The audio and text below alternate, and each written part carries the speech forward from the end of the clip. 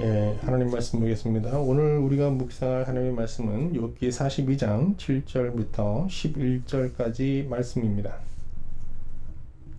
하나님 말씀을 보겠습니다.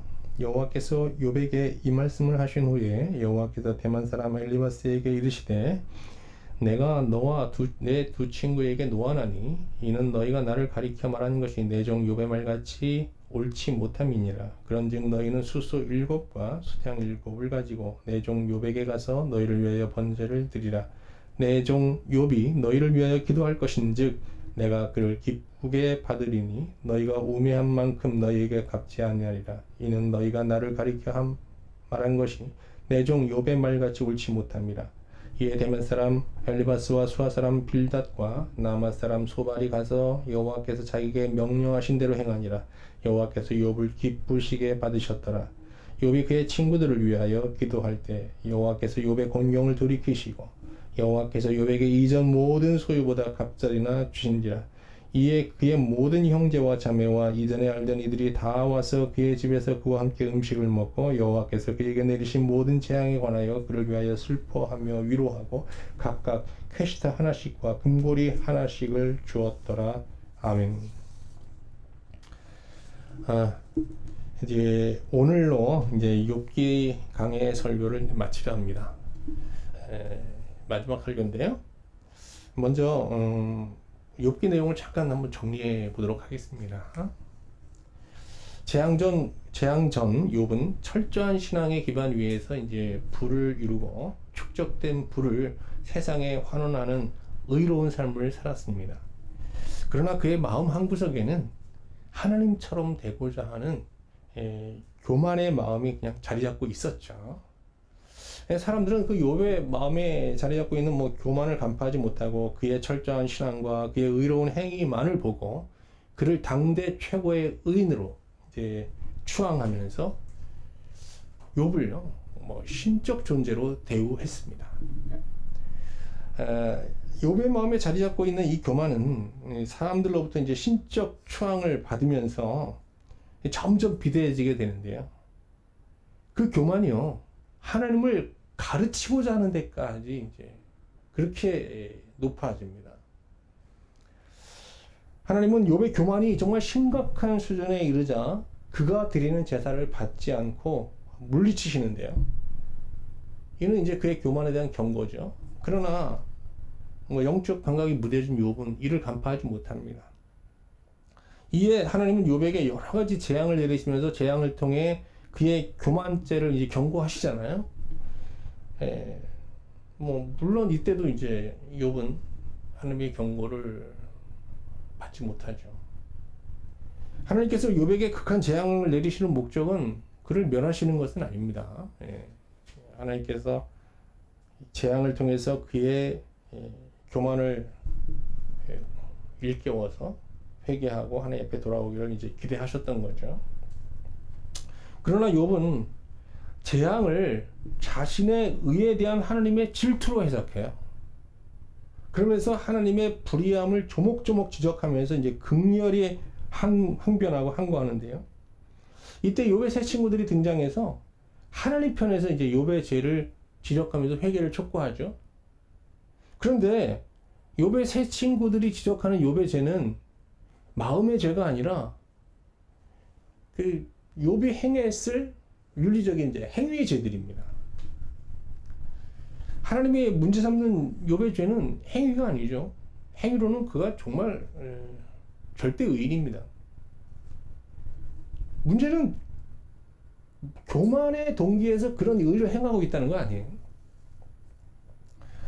근데 욥의 세 친구들은 자신들이 알지 못하는 욥이 어떤 엄청난 죄를 짓고 지금 하나님으로부터 재앙의 형벌을 받고 있다라는 생각을 가지고 지금 알지도 못하는 욥의 죄를 이제 추측하면서 회개를 촉구하고 있는 겁니다.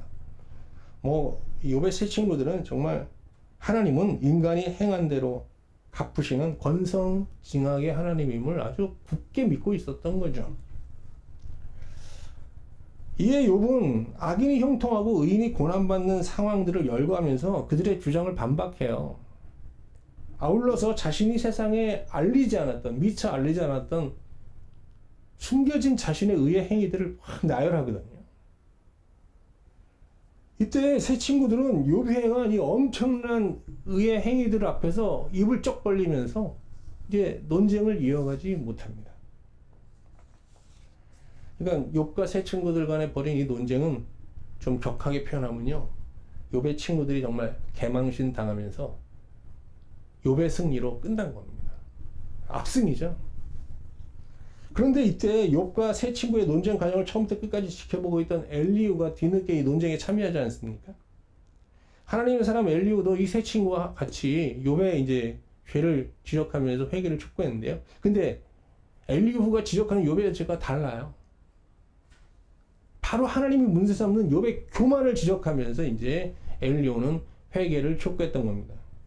근데 이게 무슨 일입니까? 욥은 엘리후에 의해서 그의 교만죄를 지적당하자, 폭로당하자 아무런 대응을 하지 못해요. 그러면서 순한 양이 되어, 갑자기 순한 양이 되어서 그의 말대로 하나님 앞에 나가서 자기의 어떤 마음의 죄를 고백하면서 회개하기 시작합니다. 하나님은 마음의 죄를 회개하는 욥에게 임하셔서 여러 가지 질문을 던지시면서 그의 교만이요, 지금 바벨탑처럼 하늘까지 닿을 만큼 높아져 있음을 그냥 욥 앞에서 그냥 폭로하시며 드러내십니다. 욥은 하나님 말씀 앞에서 자신의 뭐 어떤 위선을 직시하면서 괴로워서 막 몸부림치면서 절규하고 탄식하는 이런 회개의 과정을 겪는데요. 이런 과정을 통해서 그의 그 바벨탑처럼 높았던, 하늘에 닿을 듯 높았던 그의 교만이요, 하나님의 불에 다 타버려서 재가 되고 맙니다. 이처럼 세상의 으뜸의 자리에서 교만한 마음으로 하나님을 섬기던 욥은요, 회개를 통해서 정말 세상 저 끄트머리 자리에서 재가 된 제 마음으로 하나님을 섬기는 겸손한 욥으로 완전히 변하게 된 것이죠. 그런데 하나님께서는 이렇게 겸비해진 욥에게요, 갑자기 은혜를 베푸십니다. 그렇습니다. 우리 하나님은요, 교만한 자를 물리치시되 겸손한 자에게는 자기를 나타내시며 은혜를 베푸시는 겸손한 자의 하나님이십니다. 우리가 여기서 겸손하면 우리가 뭐 매너에 있어서 뭐 사람들이 이렇게 존중하고 이런 겸손이 아닌 거예요. 그건 심령의 겸손을 말하는 거예요. 마음의 겸손.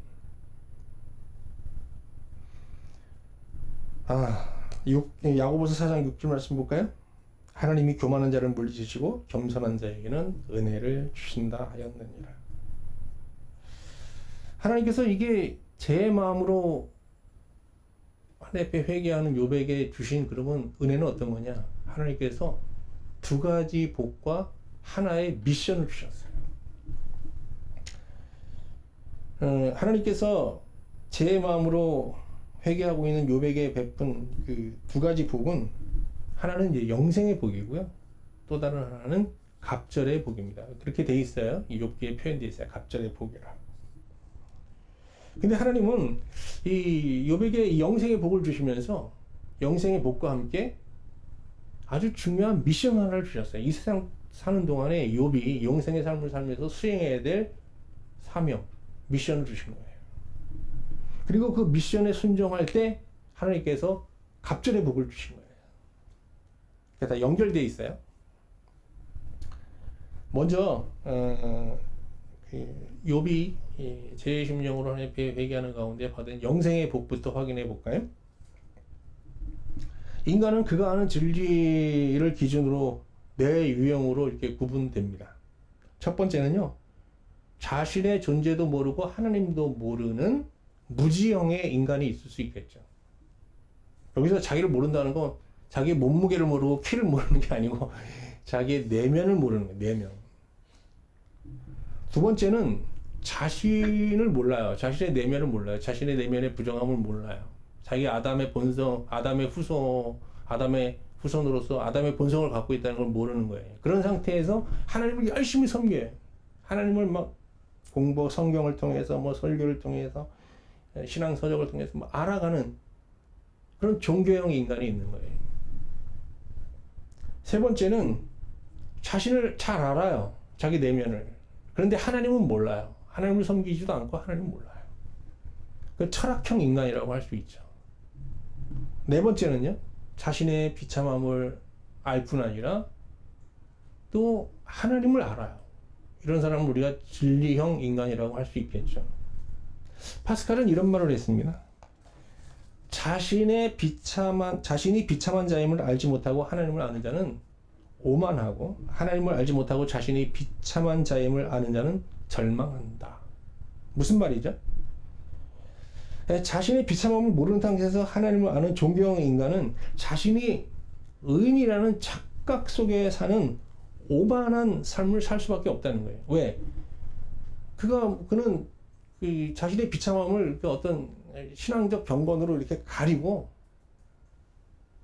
자기도 속아요. 사람도 속이면서 자기도 속는 거예요. 자기가 의로운 자로 착각하는 거예요.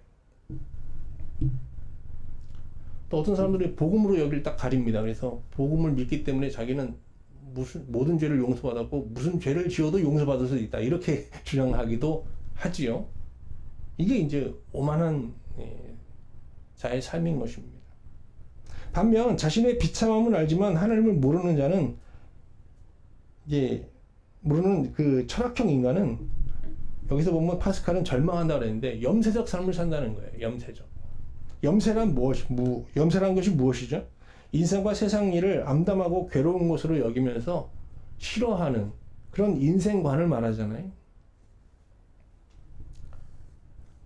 재앙정 욥은 어떤 유형의 인간이었죠?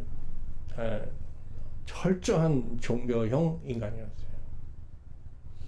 그는 철저한 신앙으로 또 그의 의로운 행위로 자신의 비참함을 가리고 의인으로 행세하며 살았습니다.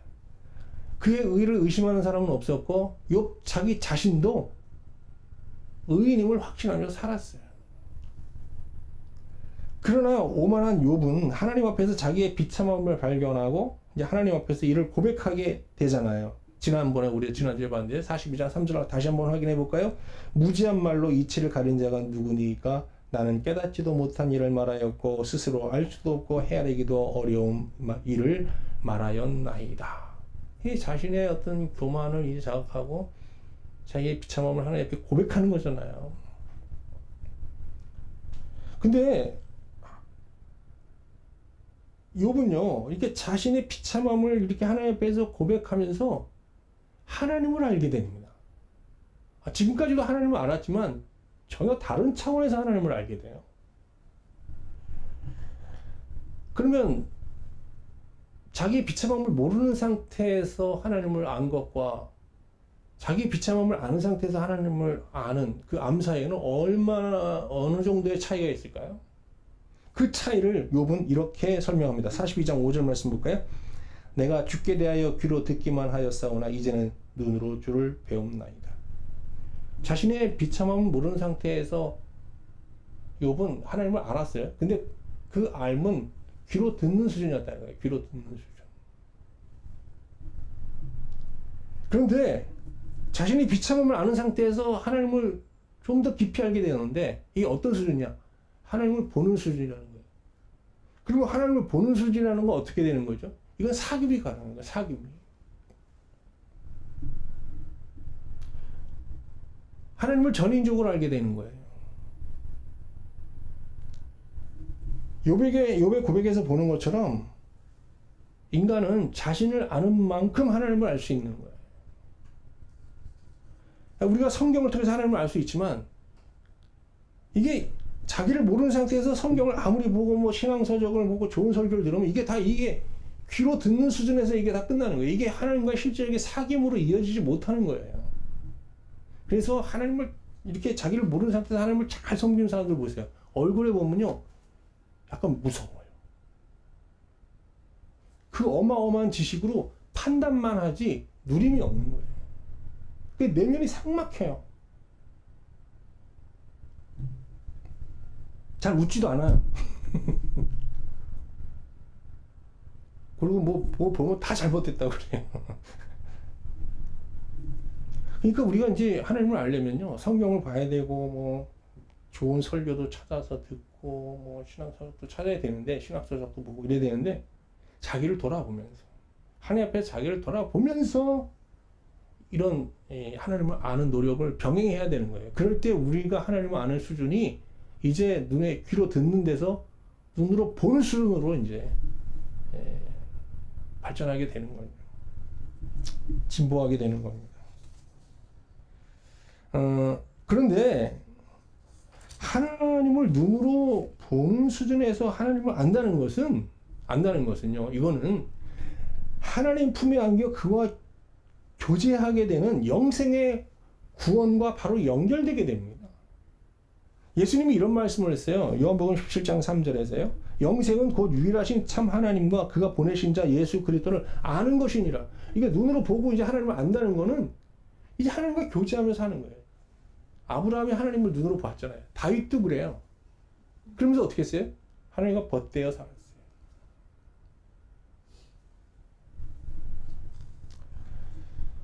과거 욥도 하나님을 섬기면서 이런 영생의 구원을 소망했어요.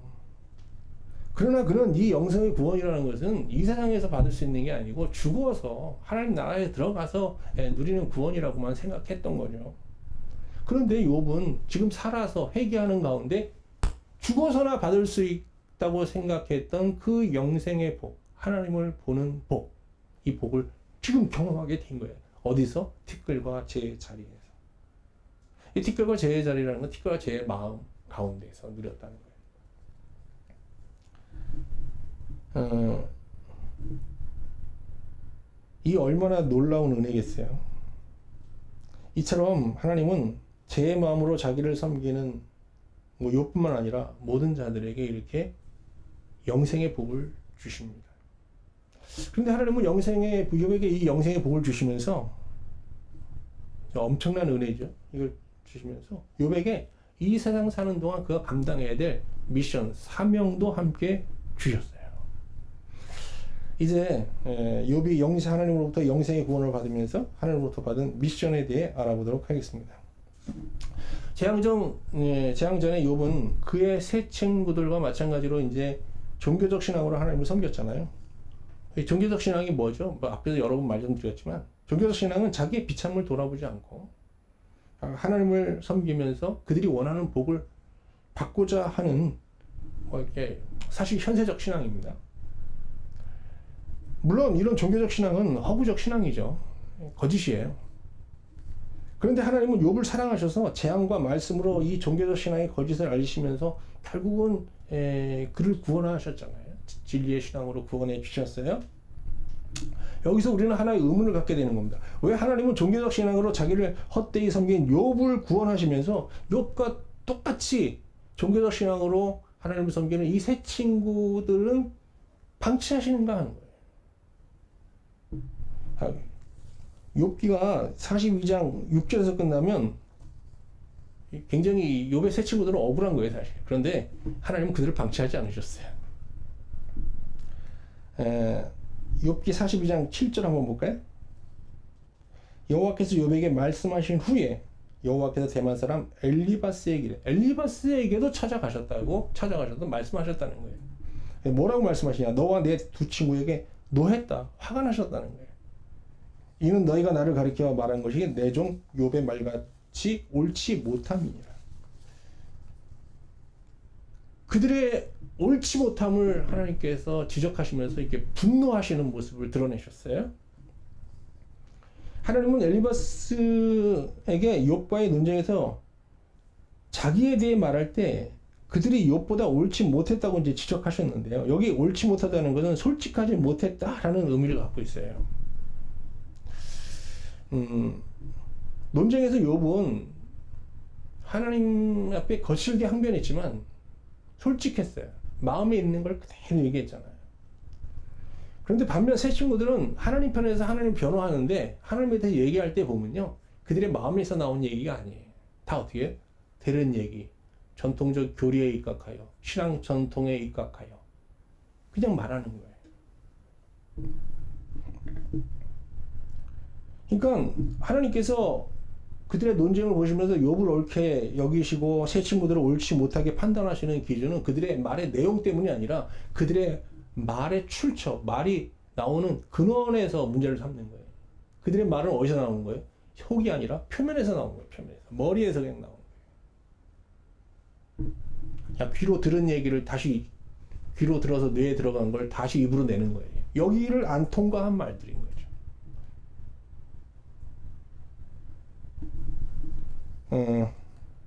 이런 말을 예수님 뭐라고 하셨죠? 뭐라고 하셨어요? 중언부언. 여기서 나온 말을 성경은 뭐라고 그래요? 고백. 우리가 예배 시작할 때 이제 사도신경 고백했잖아요. 이게 여기서 나오지 않으면 이것도 뭐예요? 그냥 중언부언하는 거예요. 아무 의미 없는 거예요. 아무 의미 없는 게 아니라 하나님께서 그런 거 들으면 화를 내세요. 왜? 하나님을 없는 자처럼 여기고 하는 말이거든요. 하나님을 무인격자처럼 생각하고 말하는 거잖아요. 하나님은 이런 말에 화를 내시는 거예요. 그러니까 우리가 뭐 하나님 앞에 드리는 뭐 기도, 뭐 우리가 묵상들이요, 그 내용이 뭐 좀 하나님 앞에 좀 하나님의 어떤 뭐 권위를 손상시키는 그런 내용일지라도 말이죠.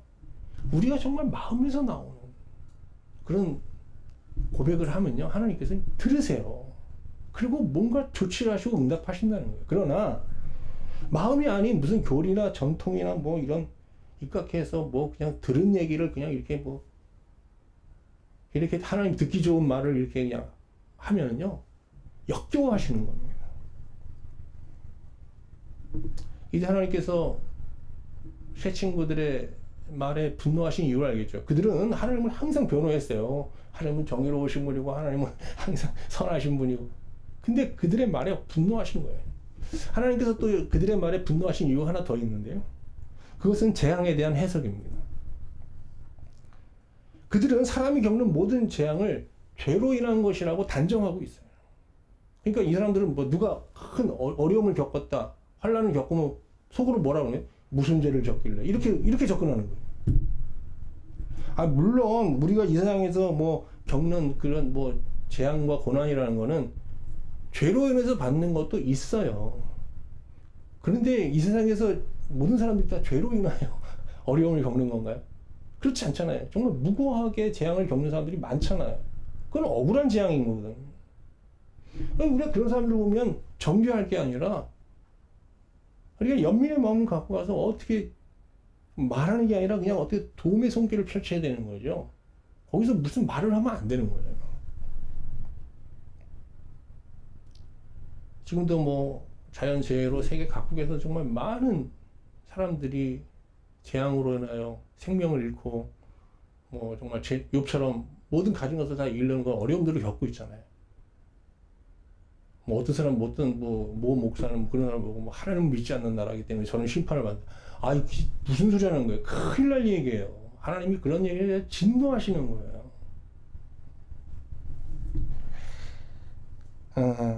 욥기는 모든 인생이 피해갈 수 없는 인생의 진실을 다루고 있습니다. 원하든 원치 않든 인생에는 여러 가지 재앙과 고난이 실제하죠. 우리가 인생에서 겪는 재앙에는 죄로 인한 형벌적 재앙도 있지만 아무 이유 없이 정말 운이 없어 당하는 억울한 재앙도 있는 겁니다. 억울한 재앙을 왜 당했냐고 물어보면 그때는 뭐라고 그래야 돼요? 모른다고 그래야 돼요. 거기서 말하지 말아야 돼요. 뭘 아는 것처럼 말하면 안 돼요. 그냥 모른다고 그래야 돼요. 그리고 어떻게 해요? 함께 아파하고 뭔가 그들을 위해서 조금이라도 우리가 이웃으로서 좀 도울 수 있는 방법을 고민해야 되겠죠. 형벌적 재앙을 당한 자에게 회개를 촉구하는 것은 정당하지만 억울한 재앙을 당하는 자에게 자를 죄인으로 몰며 회개를 촉구하는 것은 재앙에 재앙을 더하는 이건 죄악입니다. 그래서 하나님께서는 이 세 친구들을 보면서 분노하시는 거예요. 아무튼 하나님은 욥과 세 친구가 벌인 이 논쟁에서 욥의 손을 들어주면서 엘리바스에게 아주 특별한 제안을 하는데요. 욥기 42장 8절을 세번역 성경으로 한번 보겠습니다. 그러므로 이제 너희는 수송아지 7마리와 수장 7마리를 마련하여 내 종 욥에게 가지고 가서 너희가 용서를 받을 수 있도록 번제를 드려라. 내 종 욥이 너희를 용서하여 달라고 빌면 내가 그의 기도를 들어줄 것이다. 너희가 나를 두고 말을 할 때에 내 종 욥처럼 옳게 말하지 않고 어리석게 말하였지만 내가 그대로 갚지는 않을 것이다. 이처럼 하나님은 욥의 세 친구들에게 수소 7마리와 수장 7마리를 가지고 욥에게로 가서 번제를 드리라고 명하셨어요. 그러면서 하나님은 욥이 그들을 위해서 기도할 것이며 하나님은 욥의 기도를 들으시고 그들을 벌하지 않으려 하실 것이라고 이제 말씀하셨는데요. 그들을 용납하시겠다는 얘기겠죠. 이는 엘리바스에게 주신 미션이잖아요. 엘리바스와 그의 두 친구, 그러니까 욥의 세 친구들에게 주신 미션이잖아요. 근데 이걸 뒤집어 보세요. 그러면 어떻게 되죠? 이건 욥에게 주신 미션이기도 한 거예요. 욥은 어떻게 해야 돼요? 그 세 친구들을 내치면 안 돼요. 그런데 욥에게 있어서 이 세 친구는 누굽니까? 자기가 재앙 가운데 있을 때 자기를 뭐 위로한답시고 와가지고요, 자기를 뭐 죄인으로 몰아가면서 뭐 회개를 촉구하다가 그걸 거부하자 막 저주까지 했어요. 욥에게 이 세 친구들은 정말 외면하고만 싶은 분노 유발자들이에요. 그냥 보기만 하면 자꾸 열받게 하는 사람들이에요. 그런데 하나님께서는 욥에게 그들을 내치지 말라. 그들을 비신앙인으로 단정하지 말라. 이렇게 말씀하시는 거예요. 그리고 어떻게 하라고요? 그들을 위해 기도하라는 거예요. 그리고 그들을 어떻게 해요? 용서하라는 거예요.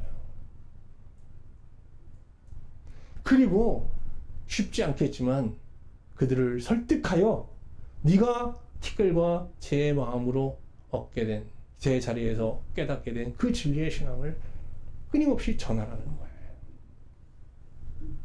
이게 욥에게 하나님께서 영생을 주시며 주신 미션이에요. 자, 우리 영생을 누리는 신자들이 이 세상에서 살아가면서 감당해야 될 미션이 뭘까요? 바로 이 미션인 거죠.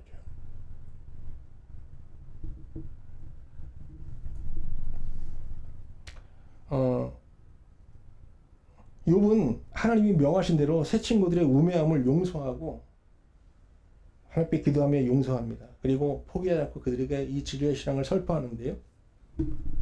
그게 성경에 보면 간단하게 되어 있지만 많은 시간이 소요될 수도 있겠죠. 하여간 이런 인내의 과정을 통해서 결국 욥은 이 세 친구들을 진리의 신앙 가운데로 인도하게 됩니다.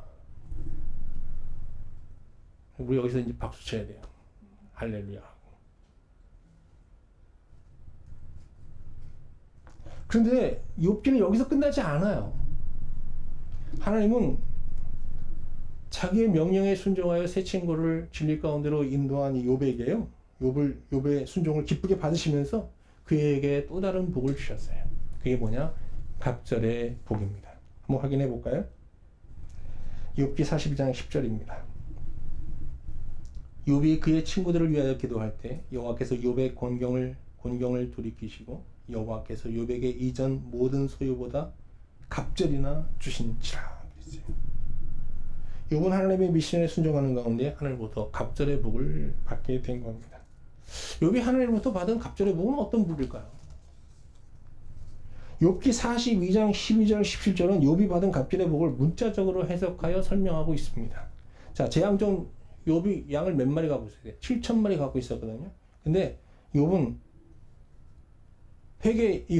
회심 이후 갑절의 복을 받아서 양 14,000마리를 갖게 되었다는 거예요. 또 재앙 전에 낙타 3,000마리를 갖고 있었는데 재앙으로 인해 이걸 다 잃었지만 후에 낙타 6,000마리를 갖게 되었다는 거예요. 또 그전에는 소 500마리를 갖고 있었는데 하나님께 갑절의 복을 받아서 소 7,000겨리를 갖게 되었고요. 낙이 5,000마리를 갖고 있었는데 이 낙에도 1,000마리가 되었다는 겁니다. 그런데 욥이 받은 이 갑절의 복에 대한 욥기 42장 12절 17절의 이 해석을 액면 그대로 받아들이기 참 어렵습니다. 그 이유는 세 가지인데요. 먼저 첫 번째는요, 현실적인 문제예요. 욥기 42장 12절 17절은요, 욥이 70세에 다시 아내를 맞아서 아들 7과 딸 3을 두게 되었다고 이제 말하면서 정말 술 3개, 손주, 손녀 4대까지 막 보면서 살았다는데, 이게 현실적 가능성이 낮습니다. 또 두 번째 문제는요, 맥락상의 문제입니다. 욥기는 어떤 신령한 신앙을 주제로 하고 신령한 복을 얘기하고 있는데요. 갑자기 이 결론부에서 이 물질의 복으로 이제 욥기를 마치려는 거예요. 이게 맥락이 맞지 않잖아요. 전체 흐름에서 갑자기 욥기 42장 11절부터 맞지가 않아요, 흐름이. 더 결정적인 이유가 있어요. 욥이 받은 갑절의 복을 해설하고 있는 욥기 42장 12절 17절은요. 후기에 첨가된 내용일 가능성이 매우 높습니다. 왜 그런가 하면 욥기 고대 사본 중 하나인 쿰란 타루쿰에는요. 욥기 42장 11절에서 끝납니다. 12절 이유가 없어요. 그리고 우리가 히브리어로 된 구약 성경을 이제 최초로 번역한 헬라어로 번역한 성경이 이제 70인역이라고 하는데요. 70인역에는 욥기 42장 12절 17절 말씀이 수록되어 있긴 해요. 있는데 거기 어떻게 되냐? 부록으로 처리되어 있어요. 부록. 부록이라는 게 무슨 뜻이에요? 후기에 첨가됐을 가능성이 높다는 거예요.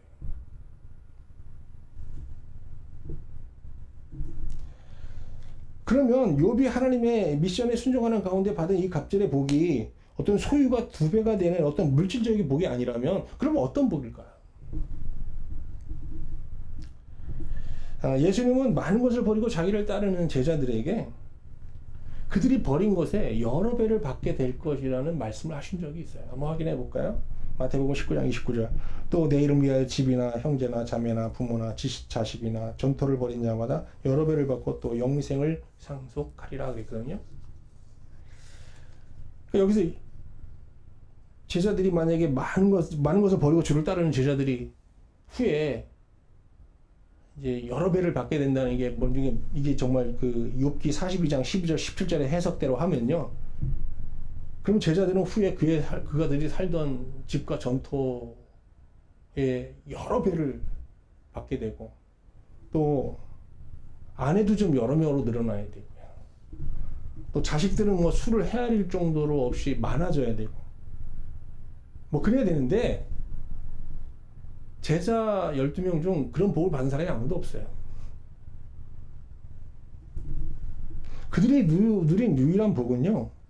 훗날 열방의 복음을 전하면서 복음이 잘 전해지지 않아요, 처음에는. 근데 이 복음의 열매를 맺어서 이 유대인뿐만 아니라 이방인들도 이제 복음을 믿고 하나님 앞에 돌아오는 이 영원 추수의 열매를 맛보게 된 거죠. 그게 유일한 복이거든요. 나아가서 뭐 소유에 관련돼서 어떤 복을 받았을까 이렇게 살펴보면 뭐 제자들도 경제적으로 참 어려움을 많이 겪었겠죠. 그때 하나님께서 때를 따라 돕는 물질을 공급해 주셨잖아요. 그리고 어떻게 해요? 또 하나 바울이 말합니다. 그게 늘 물질이 공급된 건 아니라는 거예요. 때로는 궁핍함과 또 굶주림 속에도 있었고 헐벗음 속에 있었고 뭐 어려움도 많았는데 그때는 어떻게 극복하느냐? 하나님께서 어떤 은혜를 주셨냐? 자족의 은혜를 주셨다. 자족의 은혜. 그래서 어떤 형편에 있을 때도 하나님을 의지하면서 이걸 잘 인내하고 그 안에서도 감사할 수 있는 그런 마음을 주셨다는 거예요. 빌립보서 4장 11절 말씀 볼까요? 내가 궁핍하로 말하는 것이 아니니라 어떠한 형편에든지 나는 자족하기를 배웠노라.